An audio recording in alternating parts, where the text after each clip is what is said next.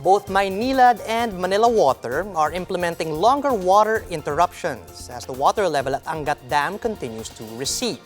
Cito Beltran asked the executives of the two concessionaires how they're handling the crisis on today's agenda. Let's take a listen. Well, right now, really, what we have to do is to maximize what available supply we have. So we're doing the best we can as far as the equitable distribution is concerned. Okay. And then for the highly affected areas, like for instance, in Maynilad's case, it would be Cavite because it's the farthest from Angat. We've concentrate on all of our mobile water tankers in that area. We also installed static water tanks just to facilitate the distribution. So far, that's all that we can do at this point, because we're very dependent on the allocation given to the MWSS. What about Manila, DT? For Manila Water, we were coming from another crisis earlier this year. So the measures that we've implemented back then, these past months, nandun pa rin siya. They are still in place. So we also have our static tanks in the severely affected areas. Hindi na namin siya inalis, nandun pa rin sila. So the residents can go to our static tanks to draw water. Our water tankers, yes, they're still also being mobilized to the highly affected areas. And but we prioritize the hospitals for our tankers at this time, because there are several hospitals that are also located in dun sa medyo mahirap na mga areas namin. And we are still implementing our augmentation measures. We're still continuing to develop deep wells and rehabilitate deep wells. And we are maximizing our Cardona water treatment plant. Kung hindi man makabalik dun sa central distribution system namin, at least makapagbigay siya ng water dun sa customers namin in Rizal. Okay. So these are still ongoing. Do you actually, in Manila, in Maynilad, do you actually send, I've not received any notice or flyer, please conserve water, please don't use the hose to water your garden or whatever, or use recycled water. Why are we not seeing or hearing about this?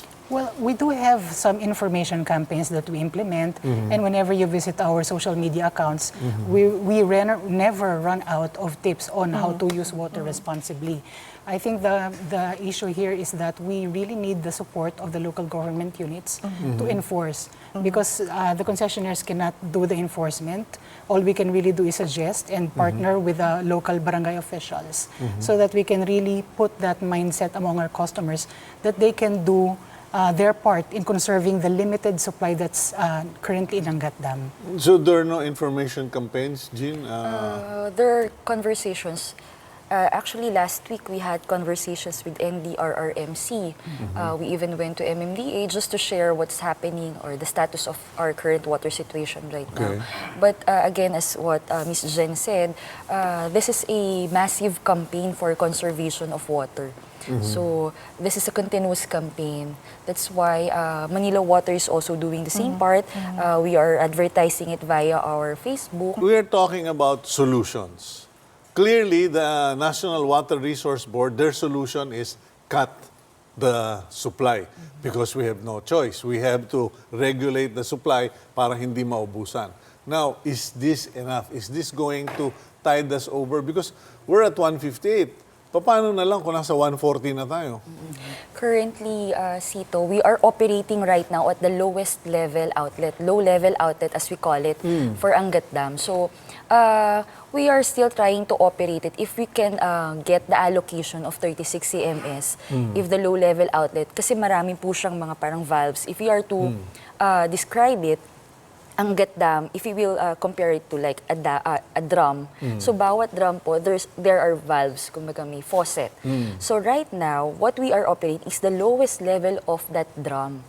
So andun yung faucet. So we can expect that once it depleted to the critical level, mas mababa na yung allocation na makukuha natin. Now, if we are getting lowest allocation or minimized allocation already, we can expect that our current water interruption schedule will be longer. So, ayaw natin pong mangyari yun, that we will be getting longer water interruption schedule. That's what Manila Water is doing right now, is to campaign na all of us to conserve water, and at the same time, we are doing our part to further reduce our NRW, to minimize the leakages in the system.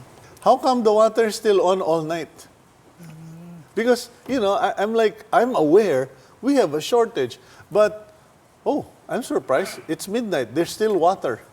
Oh, it's 4 o'clock, there's still water.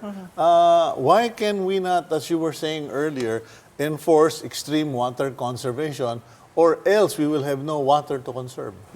Well, it actually happened in the past couple of days that although we instituted a certain number of hours where there will be no water, some houses actually had water within those hours. Yeah. But this is primarily because at night we fill up all of our reservoirs. So as long as we still have some stock water, we give it to our customers anyway, because we'd rather provide them water even if they expect to not have water within a certain number of hours. But we really advise our customers, wag sila maging kampante pag nangyari yon, because the situation may be different the following day. Perhaps the drawdown will be quicker. Because there were complaints na nag-hoarding daw. There would be a possibility kasi we sometimes have that panic mentality. Nawalan ako ng tubig ngayon. Ako, kailangan mag-imbak ako ng marami, baka mawala uli ng mas matagal. There is a possibility that that is happening.